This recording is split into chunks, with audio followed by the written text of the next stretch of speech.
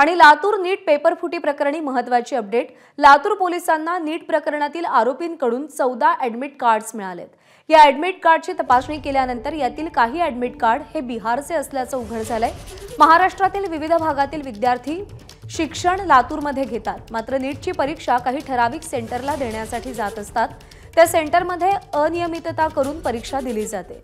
14 पैकी किती admit card बिहारचे आहेत याची ठोस माहिती उपलब्ध नाही।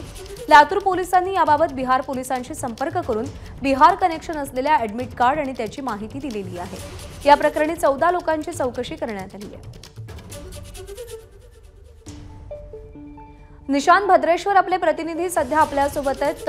निशांत, या सगळ्या प्रकरणामध्ये महाराष्ट्र कनेक्शन उघडकीस आलं, पण या सगळ्याचे धागेदोरी आता बिहारपर्यंत कसे पोहोचतात?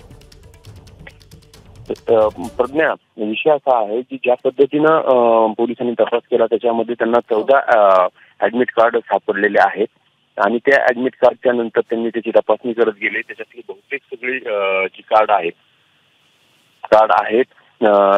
त्याची तपासणी झाली, त्याची चौकशी झाली आणि त्यानंतर त्याच्यातून काही कार्ड जे आहेत ते बिहार मध्ये परीक्षा दिलेले सापडलेले आहेत।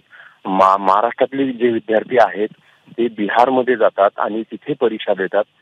ज्या ठिकाणी सेंटर त्यांना अनुकूल असेल तिथे अनियमितता करता येईल असे सेंटर ते निवडले जातात आणि त्या ठिकाणी हा सर्व प्रकार केला जातो। अशा पद्धतीची बरीचशी माहिती समोर आलेली आहे।